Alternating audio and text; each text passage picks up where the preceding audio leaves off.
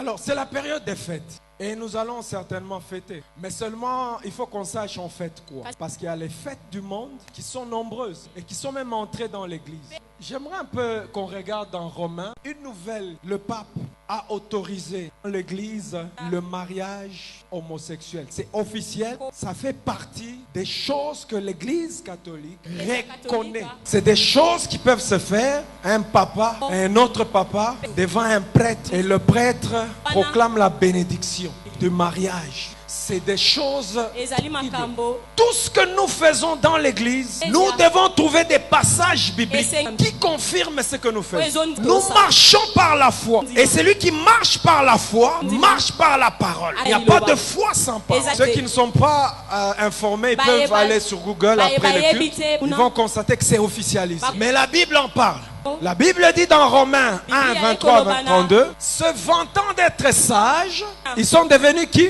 Ils sont devenus fous et ils ont changé la gloire de Dieu incorruptible en image représentant l'homme corruptible. C'est pourquoi Dieu les a livrés à l'impureté selon les convoitises de leur cœur, en sorte qu'ils déshonorent eux-mêmes leur propre corps, eux qui ont changé la vérité de Dieu en mensonge et qui ont adoré et servi la créature au lieu du Créateur qui est béni éternellement. Ils changent la vérité de Dieu en mensonge. Et la Bible ajoute maintenant, c'est pourquoi Dieu les a livrés à des passions infâmes, car leurs femmes ont changé l'usage naturel en celui qui est contre nature.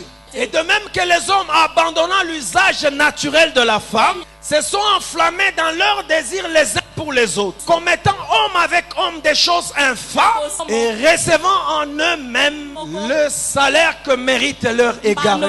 Comme ils ne se sont pas souciés de connaître Dieu, Dieu les a livrés à leur sens de réprouver pour commettre les choses indignes, étant remplis de toute espèce d'injustice, de méchanceté, de cupidité, de malice, de meurtres, de querelles, de ruses, de malignité. Bien qu'ils connaissent le jugement de Dieu, déclarant dignes de mort ceux qui commettent de telles choses, non seulement ils le font, mais ils approuvent aussi ceux qui le font.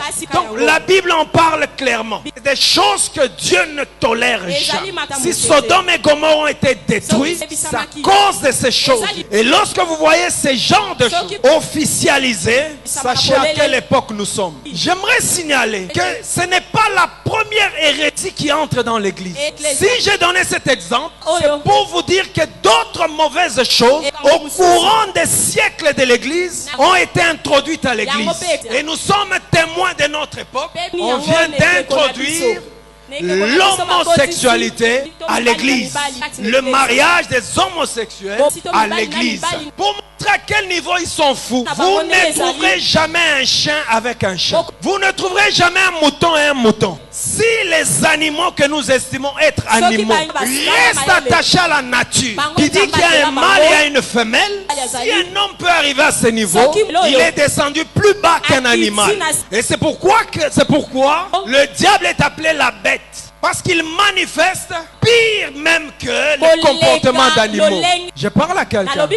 J'ai donné ça pour vous dire que ce n'est pas la seule chose. Nous allons vérifier un peu certaines faits.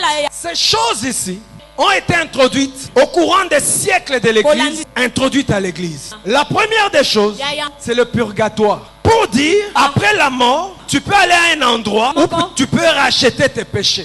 La Bible est claire. On n'a qu'une seule vie.